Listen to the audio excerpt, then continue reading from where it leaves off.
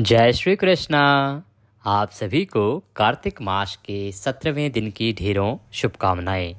प्रिय भक्तों, आप सुन रहे हैं कार्तिक मास महात्म्य। कार्तिक मास महात्म्य में आज आप सुनेंगे 18वां अध्याय। 18वां अध्याय क्योंकि आज 18 दिन हो गए हैं महात्म्य को आरंभ हुए। मास आरंभ होता है प्रतिपदा से और कार्तिक महात्म्य कब से आरंभ होता है प्रतिदिन मैं बताता हूँ, आप जानते भी हैं। पूर्णिमा से आरंभ हो जाता है, इसीलिए 17वें दिन पर 18वां अध्याय किया जाएगा। आपने कार्तिक मास महात्म्य में भिन्न भिन्न वृतांत सुने। आरंभ हुआ ब्रह्म वाक्य से कि कैसे कार्तिक स्नान करना चाहिए, क्या विधि है, क्या नियम है, कैसे भगवान नारायण की पूजा की जानी चाहिए, कैसे भगवान शालिग्राम की पूजा की जानी चाहिए, गृहस्थ आश्रम में रहने वालों का क्या धर्म है, कैसे जीवन व्यतीत करना चाहिए, और जो पति पत्नी हैं उनका एक दूसरे के प्रति क्या दायित्व बनता है, क्या कर्तव्य बनता है। फिर जब नैमिषारण्य के सभी ऋषियों ने पूछा सूत जी से कि प्रभु कार्तिक में आपने तुलसी की महिमा बहुत अधिक बताई है कि नारायण जो हैं बिना माँ तुलसी के भोजन भी ग्रहण नहीं कर सकते, तो किन कारणों से माँ तुलसी ने ऐसा क्या किया जिसके कारण नारायण को वो इतनी प्रिय हुई। तो आपने वृतांत सुना कि क्या कारण है तुलसी इतनी प्रिय हुई उनको, जिसमें जलंधर का पूरा वृतांत आया। तदुपरांत चोल राजा की कथा आई। आज आप सुनेंगे दीपदान का महत्व, दीपदान क्या है, कैसे किया जाना चाहिए, क्योंकि अब दीपदान का समय आ रहा है। दीपदान में आंवला नवमी पर आप आंवले से दीपदान कर रहे हैं, उसका एक बड़ा वीडियो मैं आपके लिए बना रहा हूं कि किस प्रकार से आपको आंवले से दीपक बनाकर दीपदान करना चाहिए और क्या उसकी विधि है, कितने दिन करना चाहिए, किस दिन करना है। ये वीडियो आपको शीघ्र ही प्राप्त होगा, तो उसको अवश्य देखिएगा, क्योंकि आंवले की महिमा और तुलसी की महिमा ही तो कार्तिक में है। आपने 2 दिन पहले भी अध्याय में सुना कि कार्तिक में आंवला और तुलसी 2 ही हैं जो भगवान को सबसे प्रिय हैं। आंवले की छांव में बैठ के भगवान का पूजन, पितरों का तर्पण कल्याण कर देता है। इसी प्रकार तुलसी की छांव में बैठ के भगवान नारायण का भजन या श्राद्ध कर्म जल तर्पण पितरों को तृप्त कर देता है। बड़ा उत्तम पर्व है साहब आंवला नवमी, जो शुक्ल पक्ष की नवमी पर आएगा, आने ही वाली है, क्योंकि अब तो शुक्ल पक्ष लग चुका है। साथ ही पचभीषक आएंगे कार्तिक में, उसकी तैयारी अभी से कर लीजिए। अब दीपदान का महोत्सव आने वाला है, तो आइए आज का अध्याय आरंभ करते हैं। जानते हैं कि भगवान क्या कहते हैं, दीपदान के विषय में क्या वर्णन आता है और आज की कथा का क्या फल है। आपसे निवेदन है कि यह कार्तिक मास महात्म्य के अध्याय का वीडियो है, तो कृपया इसे एक बार लाइक अवश्य कर दीजिएगा। अपने कार्तिक स्नान को सफल बनाने के लिए और भगवान श्री हरि विष्णु का आशीर्वाद प्राप्त करने के लिए कमेंट बॉक्स में अवश्य लिखिएगा जय श्री हरि या ओम नमो भगवते वासुदेवाय। तुलसी शालिग्रामाय नमः, यह मूल मंत्र भी है कार्तिक का। इसे जितना लिखेंगे उतना कल्याण होगा। आप देख रहे हैं देवभूमि ज्योतिष संस्थान का प्रतिष्ठित यूट्यूब चैनल देवभूमि धार्मिक। हम यहाँ सभी व्रत और त्योहारों की सही शास्त्रीय जानकारी प्रदान करते हैं। ज्योतिष शास्त्र और पंचांग के आधार पर आपको बताते हैं कौन सी तिथि कब है, व्रत आदि कब करना है, क्या विधि है, क्या नियम है और क्या गलती आपको नहीं करनी है। यदि आप सभी व्रत और त्योहारों की सही शास्त्रीय जानकारी पाते रहना चाहते हैं तो कृपया चैनल को सब्सक्राइब कीजिए और बेल आइकन को प्रेस कीजिए। जब आप सब्सक्राइब का बटन दबाएंगे तो वहाँ एक घंटी का निशान बना हुआ आएगा, उसको अवश्य दबाइएगा, तभी आपको हमारे सारे वीडियो प्राप्त होंगे, अन्यथा आपसे जानकारी छूट जाएगी। आइए अब हम अध्याय आरंभ करते हैं। परम पूज्य गुरुदेव के चरणों की वंदना करते हैं।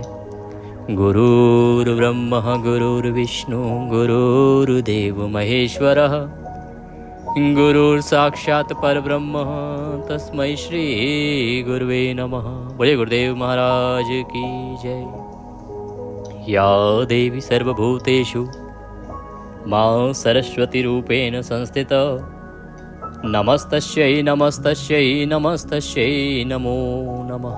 बोले सरस्वती महारानी की जय। बोलिए प्रथम पूज्य गणेश जी महाराज की जय। बोलिए विष्णु भगवान की जय। आप सभी दर्शकों को, सभी श्रोतागण को मेरा नमस्कार। आइए आज का अध्याय आरंभ करते हैं। नारद उवाचः दीपदानस्य महात्म्यं सेतिहासं पुरातनं वदतां शंखवतां चैव सर्व पाप प्रणाशनम। देवऋषि नारद कहने लगे, दीपदान का महात्म्य पूर्व इतिहास समेत बोलने वालों के, सुनने वालों के पाप नाश करने वाला है। नारद जी कहते हैं कि ये जो मैं आज महात्म्य सुना रहा हूँ, जिसमें दीपदान का महात्म्य आ रहा है, ये चाहे वो पूर्व इतिहास में आपसे कुछ पाप हुए हों या अभी आपसे कोई पाप हुए हों, इस महात्म्य को सुनने मात्र से ही आपके सभी पापों का नाश हो जाता है। बोले, हे राजन, पूर्व का दीप महात्म्य सुनो। सर्व पाप के नाश करने वाला पुण्यकारी ब्रह्मा का कहा गया यह महात्म्य है। नारद जी कहते हैं पृथुनाम राजा से कि हे राजन, जो पूर्व का दीप महात्म्य है ना, वह मैं तुम्हें सुनाता हूँ, और ये ब्रह्मदेव के द्वारा कहा गया है। पूर्व ही चंद्रवंश में उत्पन्न जयध्वज नाम राजा नारायण में रत हुआ करते थे। चंद्रवंश में पहले एक राजा उत्पन्न हुए जिनका नाम था जयध्वज, और ये सदा नारायण में अर्थात भगवान विष्णु में रत हुआ करते थे। विष्णु जी के मंदिर में प्रतिदिन मार्जन करते थे, दीपदान करते थे, सर्व जीवों पर दया करते थे। वह राजा कभी रेवती नाम की नदी के तट में विष्णु जी के स्थान में पूजा करने को आया। जो राजा है वो क्या करता है कि एक बार रेवती नदी पे जो भगवान विष्णु का स्थान है वहाँ स्नान करने के लिए आता है। वीतिहोत्र नाम राजा का जो पुरोहित था, सो जयध्वज नाम राजा का चरित्र देखकर विस्मित हो जाता है। किसी दिन वेदों के अंगों को जानने वाला वीतिहोत्र विष्णु जी में तत्पर बैठा राजा को देख बोला, हे राजन, हरि भक्त परायण, विष्णु जी के भक्तों में आप श्रेष्ठ हो। जब ब्राह्मण ने देखा कि ये राजा भगवान के पुराणों में इस प्रकार से लीन रहता है, भगवान की सेवा में और भक्ति में लीन रहता है, तो वह बड़ा प्रसन्न हो। उसने कहा कि आप भगवान विष्णु के जो भक्त हैं, जो भक्ति करते हैं, उनमें श्रेष्ठतम हो। हे महाभाग, हमेशा मार्जन दीपदान करने में युक्त हो। विष्णु जी के प्रीति करने वाले और बहुत कर्म हैं, फिर भी हे महाभाग, तुम मार्जन और दीपदान हमेशा यही करते हो। तुमको क्या मालूम है, गुप्त वस्तु भी कहो यदि तुम्हारी प्रीति हम में हो। जयध्वज नाम राजा पुरोहित के वचन सुन हंसकर नम्र हो हाथ जोड़कर यह वचन कहने लगा, हे द्विज शार्दुल, सुनने वाले लोगों को विस्मय करने वाला मेरा पूर्व चरित्र सुनो, मैं उसे जानता हूँ। हे ब्राह्मण, सतयुग में स्वरोचित मनवंतर में पूर्व ही वेद वेदांत जानने वाला एक ब्राह्मण था। यज्ञ के अनधिकारियों को यज्ञ कराता था। ग्राम याजी कर निष्ठर ना बेचने योग्य का बेचने वाला, खराब काम करने से भाइयों ने उसे छोड़ दिया। दरिद्री, दुखी, दुर्बल, रोगी हुआ। अब क्योंकि वो इस प्रकार के कर्म करता था, तो जो भाई बंधु थे उन्होंने छोड़ दिया, और उसके बाद वह गरीब भी हो गया, दुखी हो गया और दुर्बल भी हो गया। और जब ये परेशानी आती है तो रोग अपने आप आ जाता है। सो कभी पैसे के लिए पृथ्वी में घूमते घूमते काश श्वास करके पीड़ित नर्मदा के तट में मर गया। तो वह क्या करता है कि इस प्रकार से अपने धन के उपार्जन के लिए, भोजन की प्राप्ति के लिए पृथ्वी पर घूमता रहा, और घूमता घूमता पीड़ित होकर नर्मदा के तट पर ही उसकी मृत्यु हो गई। उसे मरते ही उसकी स्त्री बंधुमती व्यभिचार करने वाली होने से भाइयों से छोड़ दी गई। अब वो तो मर गया, पीछे कौन बची? उसकी स्त्री। अब उसकी स्त्री जो थी वो व्यभिचारिणी थी। व्यभिचारिणी से अभिप्राय कि जो पति के अलावा भी बहुत सारी जगहों पर संबंध का प्रयास करती हो या इच्छा रखती हो। अब व्यभिचारिणी होने के कारण जो उसके भाई थे उन्होंने उसको घर से निकाल दिया, छोड़ दिया। उसमें चांडाल से दंडकेतु नाम महापापी ब्राह्मणों का शत्रु पैदा हुआ। तो उस व्यभिचारिणी स्त्री से एक दंडकेतु नाम का ब्राह्मण उत्पन्न हुआ, जो ब्राह्मणों का शत्रु था। वह एक प्रकार का महापापी था, क्योंकि पाप कर्म करता था।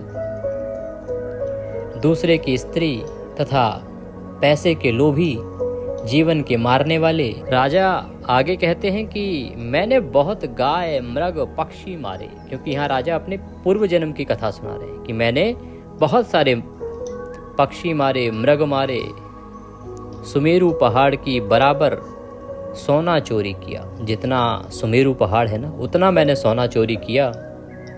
मदिरा पीने के प्रति क्रूर निंदा करने वाला, ऐसे पाप में रत, रोज रास्ते में लूटने वाला, पशु पक्षी मृग आदि के काल के समान हुआ। कभी इच्छाधारी दूसरे की स्त्री के साथ रमने के वास्ते रात्रि को पूजा आदि करके शून्य विष्णु जी के मंदिर में गया। वहां भोग करने के वास्ते, सोने के वास्ते कपड़े से जगह मार्जन की।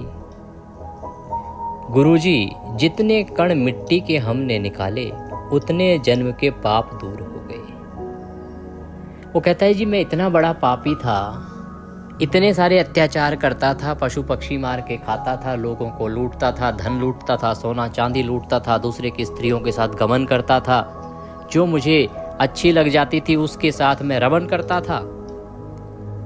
तो मैंने क्या किया कि वहाँ एक विष्णु जी का मंदिर था। मैं उस मंदिर में गया कि भाई मुझे कोई स्थान तो चाहिए ये सब कर्म करने के लिए। तो मैं उस मंदिर में ये सब कर्म किया करता था। अब मैं वहाँ सोने लगा। अब सोने लगा तो सोऊंगा तो थोड़ा सा झाड़ फूंक के ही सोएगा आदमी।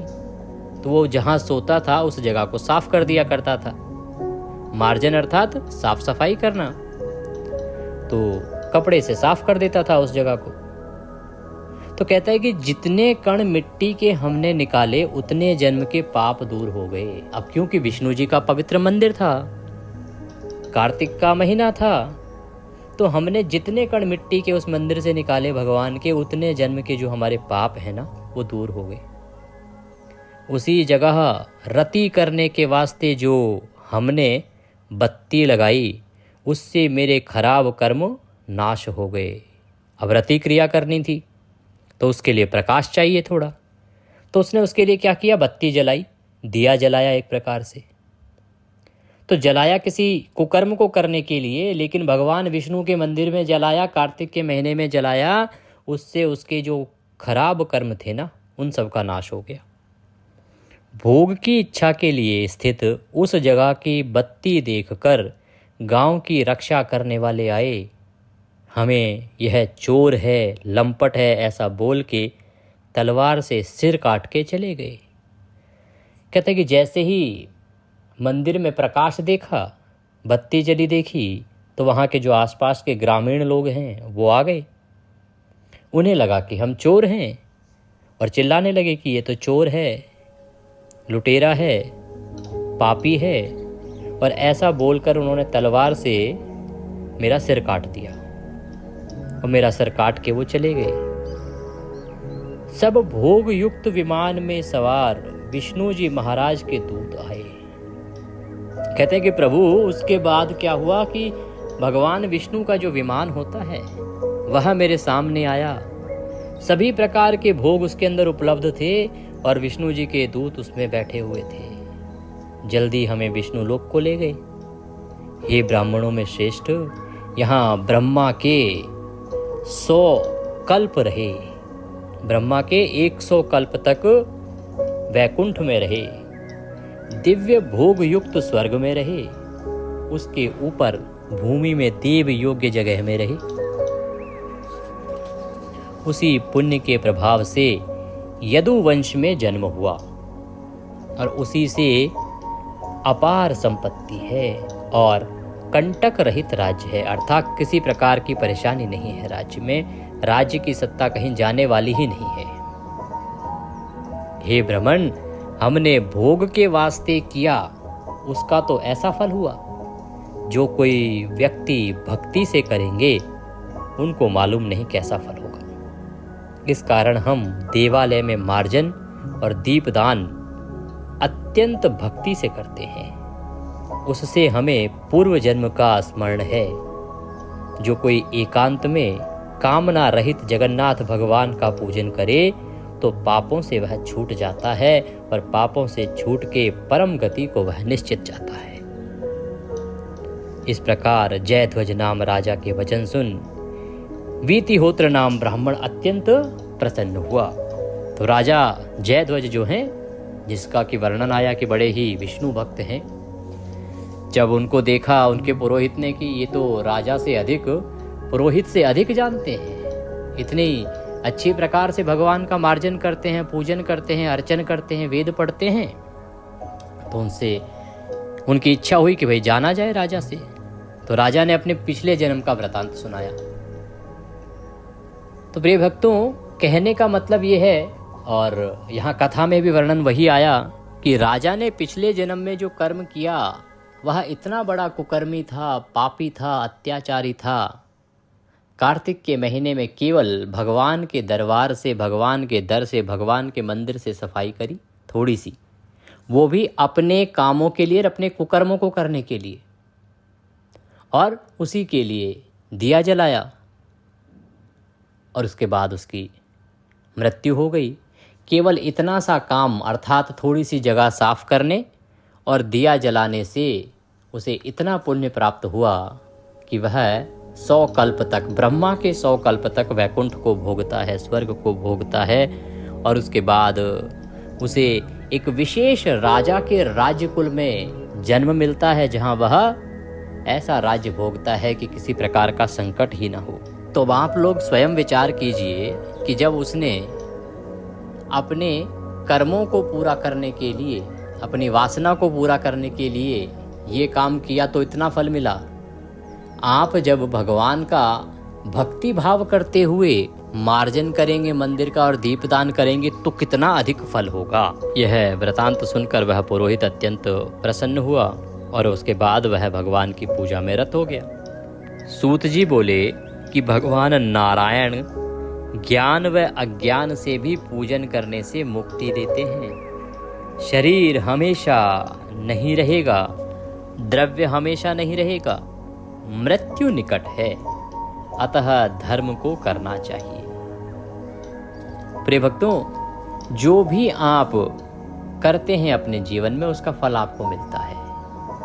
अब कोई भी अच्छा कर्म भगवान नारायण के प्रति आप करते हैं ना, चाहे वो अनजाने में ही क्यों ना हो जाए आपसे, भगवान उसका भी उत्तम फल देते हैं। और सूत जी भी यही कहते हैं कि देखो, आपके इस जीवन में ना तो आपकी जो आयु है ना वो स्थिर है, वो सदा नहीं रहेगी, ना ही आपका जो द्रव्य है, अर्थात जो धन आदि है, पैसे आदि हैं, रुपए आदि हैं, वो भी सदा नहीं रहेंगे, हमेशा नहीं रहेंगे। और मृत्यु तो निश्चित रूप से निकट है ही, अतः धर्म को करना चाहिए। इसलिए जितना हो सके पुण्य कर्म करो। बंधु लोग अमित्य और चंचल हैं, शरीरों की निश्चय मृत्यु होगी।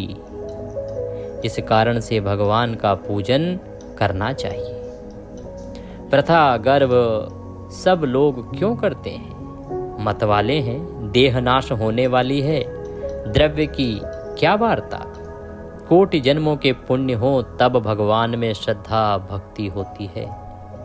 गंगा जी का स्नान, अतिथि पूजन, यज्ञ सब सुलभ है, विष्णु जी की भक्ति दुर्लभ है। सूत जी महाराज कहते हैं कि आप ये क्यों नहीं समझते कि जब ये जो शरीर है यही नश्वर है, अर्थात इस शरीर की ही कोई औकात नहीं, यही एक दिन नष्ट हो जाना है, समाप्त हो जाना है, फिर धन आदि की क्या औकात इसके सामने। धन आदि की तो बात ही क्या है। जब देह का नाश हो सकता है तो द्रव्य की क्या बात। कहते हैं कि जब कई कोटि जन्मों के पुण्य एकत्र होते हैं ना, तब आपकी भगवान में श्रद्धा भक्ति उत्पन्न होती है। श्रद्धा भक्ति ऐसे ही उत्पन्न नहीं हो जाती। गंगा जी का स्नान सुलभ है और अतिथि पूजन यज्ञ सब सुलभ हैं, ये सब आप कर सकते हैं, परंतु भगवान विष्णु की जो भक्ति है ना, वो बड़ी दुर्लभ है। उसको करना इतना आसान नहीं है। मनुष्य का दुर्लभ शरीर पाकर वृथा नष्ट नहीं करो। यमराज का ग्राम निकट देख पड़ता है कि आपको जब मनुष्य का इतना सुंदर शरीर मिला है ना, तो आप बेकार में उसको नष्ट मत करो। आप यमराज के गांव के निकट ही हो, अर्थात यमराज आपके पास कभी भी आ सकते हैं, आपकी मृत्यु कभी भी हो सकती है। तुम सब लोग संसार समुद्र के तरने की इच्छा करो तो दुर्लभ भगवान की भक्ति रूप नाव को पकड़ो। कि भाई संसार से अगर आपको तरना है, समुद्र रूपी जो संसार है ना, इसके भवसागर से अगर पार जाना है तो भगवान ने इसकी एक ही नौका बनाई है। इस समुद्र को पार करने की एक ही नौका है और वो है भक्ति रूपी। भक्ति रूपी नौका को पकड़ लोगे तो ये भवसागर पार हो जाएगा। भगवान जगन्नाथ का पूजन करो। सूत जी कहते हैं कि हम कहते हैं जो लोग भगवान को प्राप्त होते हैं वे कृतार्थ हैं। तब नारद जी बोले कि हे राजन, हे धर्मज्ञ, जो कोई दूसरे के जलाए हुए दीप को चैतन्य करता है उसके ऊपर भगवान हरि बहुत प्रसन्न होते हैं। फिर जो कोई भक्ति से दीपदान करता है उसका क्या कहना है कि दीपदान की बात तो क्या करें, यदि किसी ने दिया पहले जलाया और वो बुझ गया। आप कई बार जाते होंगे मंदिर में, बहुत से दिए आधे बुझे होते हैं क्योंकि उसमें घी तो होता है, तेल तो होता है, पर बुझ गए। यदि आप उस दिए को जला दोगे ना तो उससे ही आपको अनंत पुण्य प्राप्त होता है। भगवान हरि इतना पुण्य दे देते हैं। तो नारद जी कहते हैं कि जब इतना करने से इतना मिल जाता है तो जो भक्ति से उस दीपदान को कर रहा है उसका क्या कहना, उसका तो आप तुलना ही नहीं कर सकते। हे राजन, दूसरे के दीप को प्रबुद्ध करने से होने वाला फल सुनो। रैवत संबंधी कथा हम तुमसे कहेंगे, उससे तुम्हें ज्ञात होगा। कहते हैं कि दूसरे का जो दिया है वो किसी ने जलाया, वो बुझ गया, उसको यदि आप जला देते हैं तो उससे क्या फल प्राप्त होता है, ये मैं एक कथा के माध्यम से आपको सुनाता हूँ। मनु के वंश में रैवत नाम राजा हुए और राजा के भद्रबुद्धि नाम का पुत्र हुआ। उसका तेजस्वी सुदर्शन नाम का पुत्र हुआ और बुद्धिमान विद्या कला में निपुण रूप से पृथ्वी में दूसरा नहीं था। वह इतना बुद्धिमान था, इतना विद्या और कला में निपुण था कि उसके समान इस पृथ्वी पर कोई दूसरा था ही नहीं। कहते हैं कि जो भद्रबुद्धि नाम का जो राजा है, ये इसकी जो राजधानी है राज्य की, वो नर्मदा के तट में महेंद्र पहाड़ में थी। और भद्रबुद्धि का जो लड़का था उसमें बहुत विषय भोग करता था। कभी वीर सुदर्शन के शिकार खेलने के वास्ते धनुष लेकर वन में गया। वन में जाकर घूमते घूमते नर्मदा के तट में गया। वहां मृग बांधने की रस्सी हाथ में लिए भययुक्त चोरों से मिले वन में घूमने लगा। थोड़ी दूर नर्मदा के उस तट में गया, उस रात्रि को बिता दिया। सब लोगों सहित मृग का मांस खाकर प्रातः काल नर्मदा के तट में वन की शोभा देखी। उसी समय नर्मदा के उस पार में उत्तम स्त्री को देखा। वह स्त्री भी राजपुत्र को विस्मय से देखने लगी। वह स्त्री गौड़ राज की रूपवती मदनालसा नाम कन्या थी। सखियों के साथ क्रीड़ा करती नर्मदा के तट में आई। दोनों लज्जा से युक्त नेत्रों से नर्मदा के बीच विहार करने लगी। तब सुदर्शन अपने लोगों को उसी जगह में स्थित करके अच्छे घोड़े पर सवार होकर अकेला उसके पास गया। वृक्ष की ओट में वह छिपी मनोहर नेत्र ऐसी स्त्री से पूछा। तो वहां पहुंचता है वह राजकुमार, उस स्त्री को देखता है जिसके नेत्र बड़े ही मनोहर हैं, अर्थात मन को हरने वाले हैं। वह बड़ी ही सुंदरी है और उससे पूछता है, उसने अपने तथा बाप के बारे में बताया, अर्थात अपने पिता के बारे में बताया। उसी स्त्री ने विद्या कला गुणों से युक्त ऐसे वीर को देखकर इच्छा की। दोनों गंधर्व विवाह करके युक्त हुए और शोभायमान वेद के वन में नर्मदा के तट में रति करके राजपुत्र और मदनालसा दोनों घर में आकर आनंद को प्राप्त हुए। तो जब एक दूसरे का वार्तालाप हुआ, दोनों ने एक दूसरे के बारे में जाना, और वह स्त्री जो थी वो उस राजकुमार से अत्यंत प्रभावित थी, क्योंकि विद्या कला में वो निपुण था। तो ऐसे वीर और सुंदर पुरुष को देखकर उसने भी उसके साथ गंधर्व विवाह किया। दोनों ने नर्मदा के तट पर रति क्रिया की और उसके बाद दोनों अपने घर आ गए। घर आकर आनंद से रहने लगे। इसके बाद वह भद्रबुद्धि नाम का जो राजा है वो विषय भोग को छोड़ अपने पुत्र को राज्य देकर तप करने के लिए चला गया। तो राजा ने अब सारा राज्य दे दिया राजकुमार को, और स्वयं कहाँ चला गया? तप करने के लिए। तो जो राजकुमार की धर्मपत्नी जिससे विवाह किया है मदनालसा, वो कृष्ण जी की भक्त थी, सदा कृष्ण जी का व्रत किया करती थी। और वो रानी सुदर्शन नाम जो उसका पति है, जो राजकुमार है, उसको विष्णु जी का पूजन सिखाया करती थी। मणियुक्त विष्णु जी का सोने का मंदिर बनवाया। उसी मंदिर में दोनों विष्णु जी का पूजन करने लगे। एक दिन की बात है कि कार्तिक का महीना था, और कार्तिक में विष्णु जी के मंदिर में रानी दीपदान कर रही थी। इतने में ही पति ने बुला लिया। जल्दी नहीं आई, तब उसी जगह आकर पति क्रोध युक्त मदनालसा से बोला। अब जब पति ने आवाज लगाई, अब क्योंकि वह दीपदान कर रही थी तो जल्दी ना जा पाई, उसे समय लग गया। पति वहीं क्रोध करके आ गया, गुस्सा हुआ, जैसा कि स्वभाव भी होता है पतियों का। क्रोध करने लगा और चिल्लाकर बोला, हमारा अनादर करके दीपदान में तुम्हारा क्या हित है? क्या आग्रह है? तुमने हमसे कहा है स्त्री का पति ही देवता है, फिर ये अनादर क्यों? कोप के शांत करने वाली मनोहर बोलने वाली देवी रानी हंस के बोली, हे राजन, दीपदान के महात्म्य की मुझे परीक्षा मिली है, इससे कार्तिक में विशेष आग्रह है। क्रोध हटाकर राजा मुस्कुराते मुस्कुराते रानी से बोले कि भामिनी, तुमने कैसी महिमा देखी? अच्छी तरह से कहो, जो हम तुमको प्रिय हैं तो छिपाना नहीं। तब मदनालसा बोली, हे राजन, परम विचित्र मेरा चरित्र सुनो। बोले विष्णु भगवान की जय। इसी के साथ आज का यह अध्याय यहाँ पूर्ण होता है।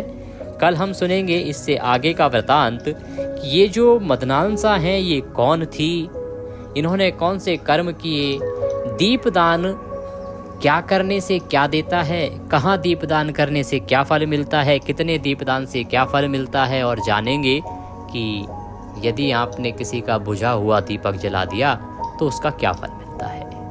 प्रिय दर्शकों, आने वाली एकादशी बड़ी महत्वपूर्ण है, जिसको कहते हैं देव प्रबोधनी एकादशी, देव उठनी एकादशी, देवोत्थान एकादशी। देव उठने जा रहे हैं। मैंने पहला वीडियो आपके लिए अपलोड किया है, उसको अवश्य देखिए। आप में से जो लोग चातुर्मास का नियम धारण किए हैं, कृपया कमेंट बॉक्स में लिख के बताइएगा, जिससे कि मैं आपको चातुर्मास के नियम को कैसे पूरा करना है उससे संबंधित जानकारी दे सकूं।